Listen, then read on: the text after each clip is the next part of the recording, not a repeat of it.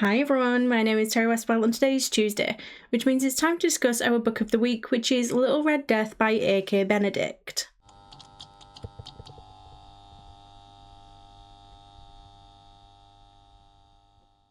First, this is a spoiler-free section, so if you haven't read this book yet, don't worry about it, it won't be spoiled for you here.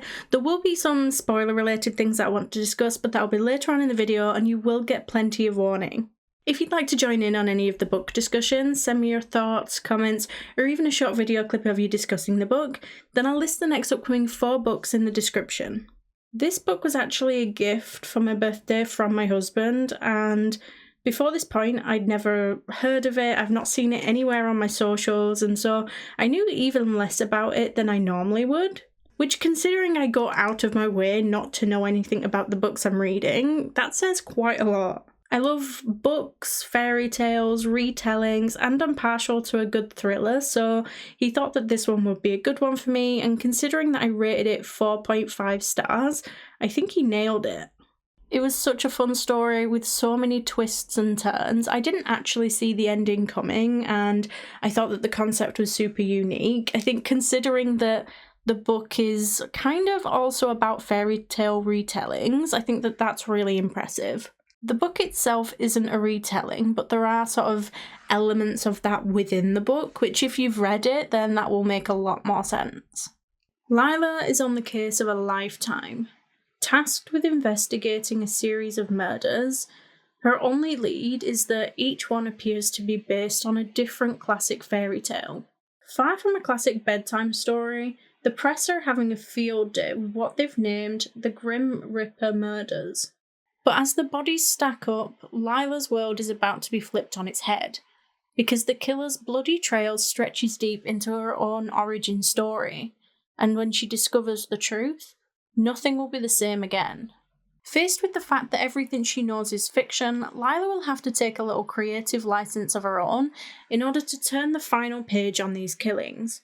If I had to compare this to any other book, I'm not really sure what I would compare it to. I mean, I don't feel like I've read a book like this. I think I could probably compare it to something like You're Fatally Invited or First Lie Wins, or maybe something with more of a police investigation theme like The Midnight Man, but I also wouldn't say that it was anything like those books either.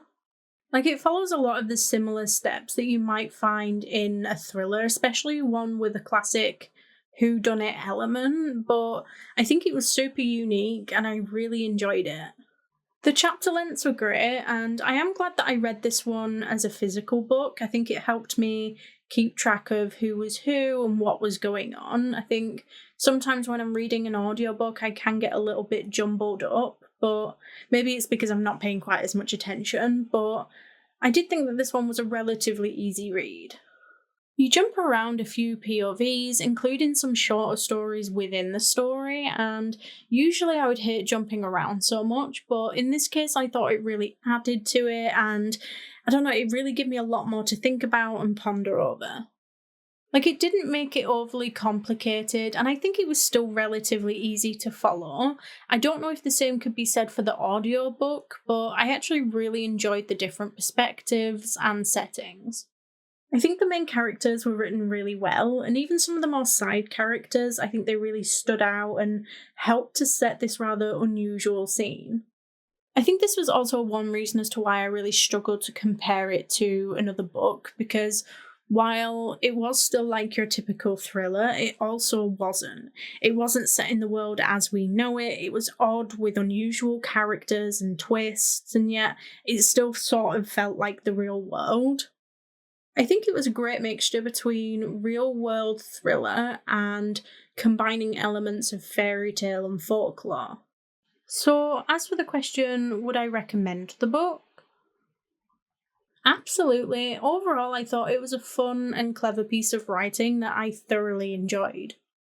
I also think it had a really satisfying ending that was kind of dark and fairy tale-like all in itself. I really enjoyed it, and I thought that it was unique and gripping all the way to the end. And will I be reading any more by A.K Benedict? Absolutely. I mean, I don't really know much about any of their other books, but I would definitely be up for reading more of their work.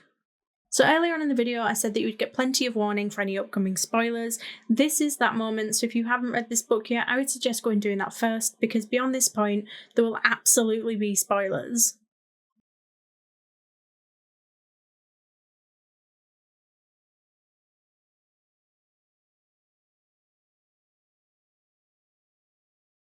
I absolutely loved the twists in this book, and it's probably the main reason I rated it so highly. When we find out that the main character was actually created by the author, I thought that that was like the main twist, but at the same time, it wasn't really that far into the book. But then we find out that the author was actually written by Allison, only to find out that they're in fact all written by the real bad guy, and it just kept going. It was kind of like a nesting doll of authors and stories. I really liked the ending. I actually thought it was kind of sweet, and the author got a bit of a taste of their own medicine. It was a pretty satisfying ending that kind of felt like a fairy tale in itself, in this dark, cautionary tale of be careful what you write. I think that it was also explained really well in a way that didn't feel like it was spelling it out too much.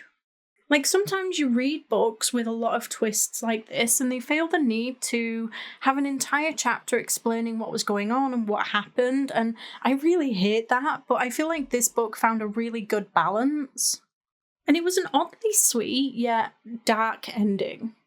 When the author was writing the short stories, my main focus was on how the murderer was going to reenact them, because I thought that the author was trying to insert clues in how they were unalived so that Lila could find them. Like, it didn't occur to me at all that other things were at work, and it was such a great twist, I wasn't even looking in that direction. I loved this idea of blurring the lines between reality and fiction within the book itself. It was unlike anything I've read before, and I just thought it was such a fun read. Like, I'm not sure I was fully sold on it in the beginning. I kind of just thought that it was about this detective trying to find this kidnapped author, and there was so much more depth to it without feeling like there was too much going on. Although I loved how much it picked up towards the end and I couldn't put it down, I do understand why some people might struggle with it. I think if I hadn't read the last part in one sitting, I may have struggled more to keep up, but as I said, I couldn't put it down. But let me know what you thought. Did you enjoy the book? Next week we'll be discussing Summer in the City by Aster, so don't forget to get your thoughts and comments in by Sunday the 4th of May at the latest to be a part of the discussion. You can now do this on YouTube, TikTok, Instagram or Discord. The following week will be Can't Spell Treason Without T, but don't forget if you do need a little bit longer to read a book, we do now list the next 4 books down below along with the discussion dates. That way you can choose the genre that best suits you and the best time frame to read it in. Thank you all for joining, and if you like this video, please don't forget to like and subscribe, it's always appreciated, and I will see you in the next video. Bye!